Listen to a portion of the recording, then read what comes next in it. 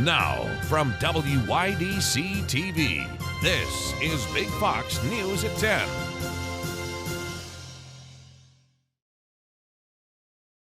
Good evening, I'm Anna Manuel. A wave of gun violence has swept across Elmira, according to the police department. There were 3 shooting incidents in the city on just one day over the weekend. Big Fox's Maggie Hall visits the scenes of those shootings and shares what you can do to stay safe if you hear shots fired. I'm here on the 600 block of West Gray Street, where in the early hours of Saturday morning, police report shots were fired and a residence was hit. This comes with reports from Elmira PD of increased gun violence across the city. No injuries were reported from the West Gray incident. Even earlier Saturday morning at 4 a.m., police responded to reports of gunshots on Linden Place. While on the scene, officers received information of a victim at Arnott Ogden Medical. The victim suffered non-life-threatening injuries in his leg and back. Saturday night around 8 o'clock, only a few blocks away from Linden Place, police responded to yet another incident on the 900 block of Grand Central Avenue. Several vehicles there were seen fleeing the scene. Shell casings were found and a nearby business was hit with bullets on Grand Central. So you think you hear gunshots in a public place. Here's how you can respond. Do not move towards the noise even if you are unsure of the source. Run away to a safe location. Hide in a safe location out of sight of the shooters. Once in a safe place, immediately call 911. Anyone with information on any of these incidents is urged to contact the Elmira Police Department at 607-737-5626 or the tip line at 271-HALT. Maggie Hall, Big Fox News, Elmira. 3 suspects arrested after a burglary in Bath. A 21, 18, and 14-year-old were arrested over the weekend after forcing their way into the home on West William Street, according to police. Police say the suspects forced their way into that home, demanded money, and threatened to harm the victim and their family. According to the arrest report, the suspects took off from the scene after seeing Bath police officers. The suspects were caught a few blocks away. Congressman Lee Zeldin, who was attacked on stage at a recent campaign event, says New York is unsafe because of the state's cashless bail system.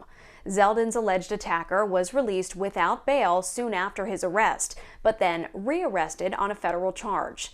Zeldin says New Yorkers should be fed up with the state's bail system. It's going in the wrong direction right now in the state, and it's impacting quality of life for everyday New Yorkers. It doesn't matter whether you're a Republican or a Democrat or an independent. We're New Yorkers.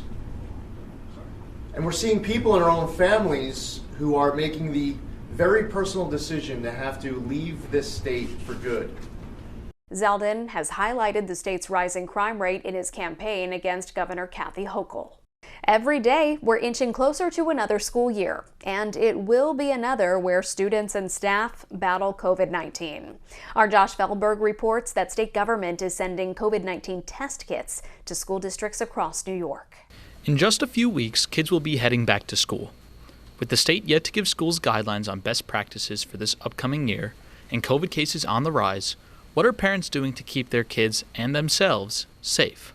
Big Fox hit the streets of Corning today to see what parents thought about the upcoming school year. Many parents declined to be on camera. One parent stated that both of their kids were vaccinated against COVID-19. They went on to say that their kids are healthy and they aren't afraid about their kids getting the disease. Another parent told Big Fox that their child is vaccinated. They like to be safe and had their child get tested whenever they were feeling sick last year. The parent went on to say they know schools can be a place where COVID can spread very fast. As we enter another school year with COVID still on our minds, families are reacting in different ways. Most families that we talked to today said their kids were vaccinated against COVID-19. As COVID continues to stick around, policies and guidelines will continue to change. Governor Hochul already announced that 3 million test kits are being sent to schools across the state. With other diseases like monkeypox starting to become more prevalent in society, schools and parents will have to wait and see what new guidelines will be implemented. Josh Feldberg, Big Fox News, Corning. The city of Elmira has announced a new fire chief. Fire Marshal Andrew Mallow will be appointed. Mallow succeeds Fire Chief Joseph Martino. Martino will retire next month. Mallow has been with the Elmira Fire Department since 1999. 4 Steuben County residents were recognized last night for their contributions to the community. The 2022 Steuben County Hall of Fame held their induction ceremony for its newest members.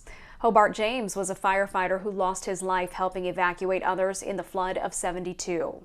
James Bocallis is a former Corning City mayor and served 9 terms as a New York State Assemblyman.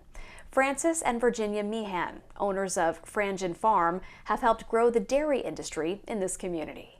A hit for the Biden administration, as another indicator shows Americans feel less optimistic about the economy. This comes ahead of a week that should give us a better idea of where exactly the economy stands. Lauren Blanchard is in Washington with more. The latest consumer confidence index has fallen again to 95.7 in July. For context, it was 128 just a year ago. It comes as the Federal Reserve kicks off a 2-day meeting Tuesday weighing another interest rate increase. Cooling inflation is a top priority, but there are fears the aggressive hikes can trigger a recession. My hope is we go from this rapid growth to a steady growth. God willing, I don't think we're going to see a recession. The White House is trying to downplay the possibility of a recession. If you look at low unemployment at 3.6, if you look at the average amount of jobs that have been created, it's about 400 per month. Those indicators do not show that we are in a recession or even a pre-recession. On Thursday, we'll have a better idea. The latest gross domestic product, or GDP number, is set to be released. If it shows another consecutive quarter of negative economic growth, by many definitions, it means the U.S. is in a recession. The Biden plan to end a recession, or to avoid recession, is to change the definition of recession. The problem the Biden administration has is they've spent too much money and their energy policies have created massive inflation. The Fed is weighing another 0.75% rate hike. It would be the second such hike in a row. In Washington, Lauren Blanchard, Fox News. The city of Elmira has announced a new fire chief. Fire Marshal Andrew Mallow will be appointed. Mallow succeeds Fire Chief Joseph Martino. Martino will retire next month. Mallow has been with the Elmira Fire Department since 1999. 4 Steuben County residents were recognized last night for their contributions to the community. The 2022 Steuben County Hall of Fame held their induction ceremony for its newest members. Hobart James was a firefighter who lost his life helping evacuate others in the flood of '72. James Bocallis is a former Corning City mayor and served 9 terms as a New York State Assemblyman. Francis and Virginia Meehan, owners of Frangen Farm, have helped grow the dairy industry in this community. Your complete forecast is coming up next, plus this. Here's your local stock market update from Big Fox.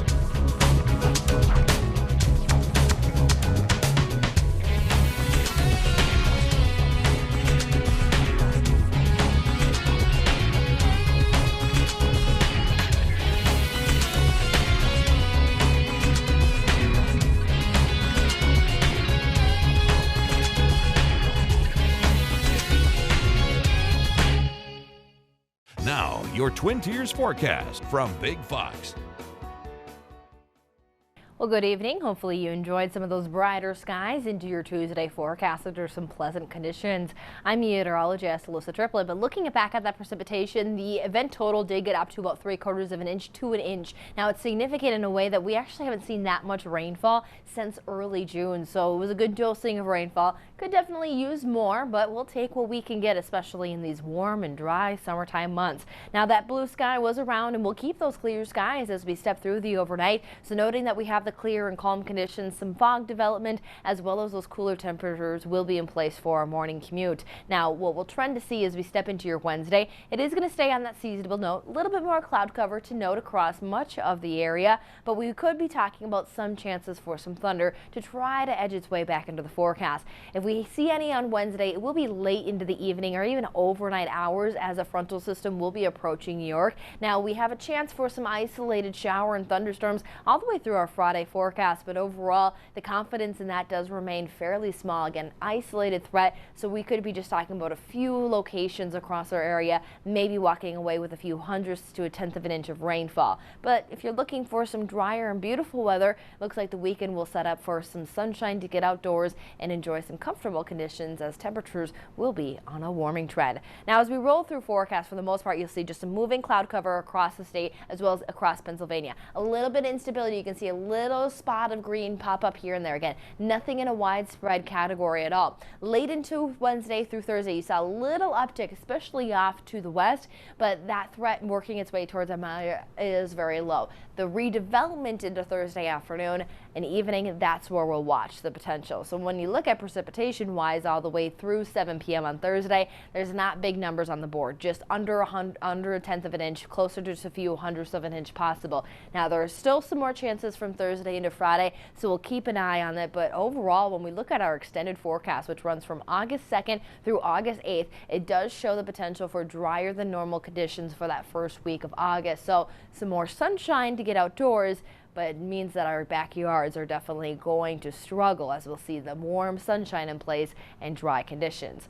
Now, temperatures will be slightly above average into your Wednesday, still pretty seasonable out there with some passing cloud cover, 87 into Elmira to 83 into Wayland. Now, as we step into that Thursday forecast, that's when we're watching that frontal system drop in. So a little cooler off more to the northwest, but we'll still stay near seasonable there into Elmira, a few degrees warmer before, as we get out of some of those showers on Friday, you'll watch temperatures dwindle into those lower 80s through Saturday, but it doesn't take long for that bright sunshine to get us back into those upper 80s on Sunday and keep some of that warming at least into early parts of next week, where we may be tracking another chance to talk about a few thunderstorms before our drier weather period will take over. The future is looking an awful lot like the past. Jackie Ibanez has a special look at a modern, sustainable airship hoping to revolutionize the way we travel. It might look like something out of the 1920s, but this definitely isn't your great-grandma's blimp. British-based aviation company Hybrid Air Vehicles is taking inspiration from old-school airships and elevating them to new heights with the Airlander. It's designed to deliver 10 tons of freight, 100 passengers, and to deliver them to places, or take them to places at only 10% the emissions of other aircraft. The first commercial flights are expected to begin in 2026, with Spanish airline Air Nostrum already reserving 10 Airlanders to regionally transport people across various cities.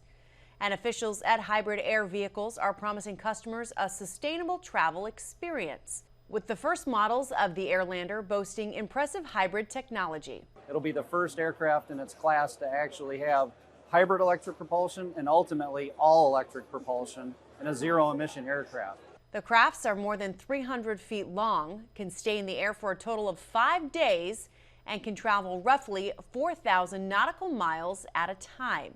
And because its hull is filled with helium, it requires less power to take off than standard aircraft, while offering a lot more room to stretch out and unwind. Every seat is accessible to the aisle. You can move around. Big windows, flying much lower. It's very gentle. Meanwhile, if you're worried about turbulence, officials say the sheer size and low cruising altitude of the Airlander helps it withstand large gusts. If you fly into a new city and you can't find your checked suitcase at the baggage claim, it could be a while before you see it again. The number of unclaimed bags in airports is rising during the summer travel surge. Jake Karalexis is at the Atlanta airport with more. Airports overseas are reporting more lost bags, and now we're seeing the same issue here in the U.S. at airports like this one in Atlanta. And once your stuff disappears, it might show up in a store.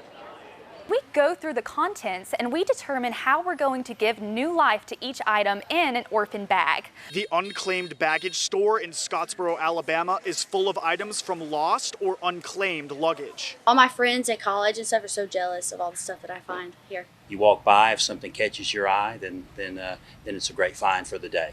Everything in the store is from bags that went unclaimed for at least 90 days. So I think we would definitely sell that. Owners Brian and Sharon Owens have run unclaimed baggage for 50 years.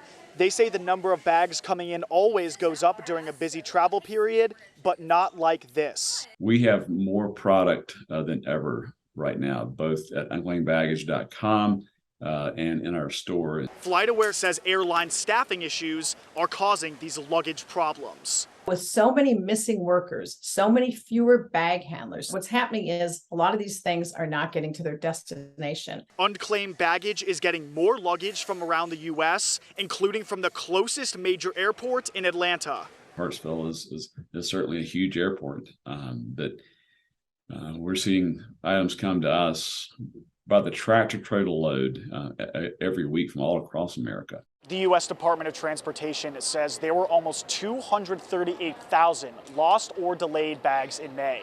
That's over 100,000 more than the same time last year. Still ahead, many Americans have used home DNA tests to learn more about their ancestry. But customers might not be the only ones getting private personal information. That story is coming up. Many Americans have used at-home DNA test kits to learn more about their ancestry.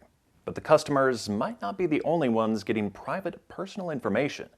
Chad Pergram tells us who else might be watching and why. It's the enemy within.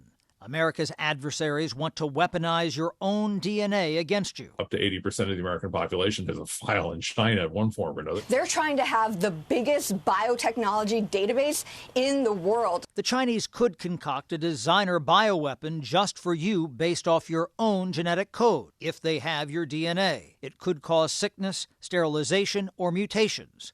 Or they could track you. They're like an old spy. Whether or not I could hide behind a mask is one thing, but my DNA will not change. DNA kits can help determine if you're a quarter Dutch or 1/5 Scottish. But House Intelligence Committee member Jason Crow warns that Americans unwittingly cough up their most sensitive information. People will very rapidly spit into a cup and send it into 23andMe and get really interesting data about their background. And guess what? Their DNA is now owned by a private company and can be sold off. 23andMe says it doesn't sell customer data. It didn't respond to requests for comment, but its CEO defends the tactics. 80% of our customers opt into research. It's not even like they have to click out of it, like they're electing to opt into research. Crow says Congress lags in safeguarding Americans. Expectations of privacy have degraded over the last 20 years. Young folks actually have very little expectation of privacy. There's even concern about getting the DNA of livestock and spreading biological diseases on farms. We know that it brings about food insecurity. Food insecurity drives a lot of other insecurities around the globe. The next battlefield may not be overseas, but in our own bodies. And Fox has told the U.S. is working on the same technology. A 6-year-old girl's trip to a horse farm leaves her so inspired that she writes her first book. Steve Nielsen has more with one of the youngest published authors. This is one of the brushes. Kyra is reading one of her favorite books. We will take you to a barn today, said Mom. Yay! That's because she wrote it. After arriving at the barn. Aw, look at this cutie. At just 6 years old, Kyra's a published author. Her book is called Kids, Horses, and Apples. Come join my horsey fun. It's about a real horse named Cowboy she met and fell in love with. She wanted to do something and she was like, I want to write a book, on Cowboy. She took it on very seriously, and she went ahead and she was very dedicated to it over a month almost. And she wrote the whole thing, the whole story, and she brought it to us. It took me mostly 2 weeks to write. They hired a professional illustrator and made her literary dream come true. The family believes she might be the youngest nonfiction author, and the experience has made her passionate about horses. Part of the proceeds will go to a group that helps horses like Cowboy. Basically, they provide for them. Seeing her daughter become so accomplished so young has made her a very proud mom. The biggest thing about her is how kind she is, and that is what I'm more proud of, right? Like, she wants to do this for horses and horse rescue. As for Kyra's favorite page, I thought it was great, and my favorite was the glossary. And this page with me and Cowboy, when I gave him an apple, it just made me feel so happy. Stay with us. We'll have more right after this. We want to leave you with a smile. Lego is letting you design your own minifigures. The company launched its online minifigure factory in the U.S. It lets you create a minifigure of yourself or a friend or family member. You can pick the heads, legs, torso, and accessories all to your liking. The custom-made minifigures cost about $12 and can be made at lego.com. I don't know about you, but I'm looking forward to seeing all the options they've got there. I'm Scott Beadle. Thanks so much for watching.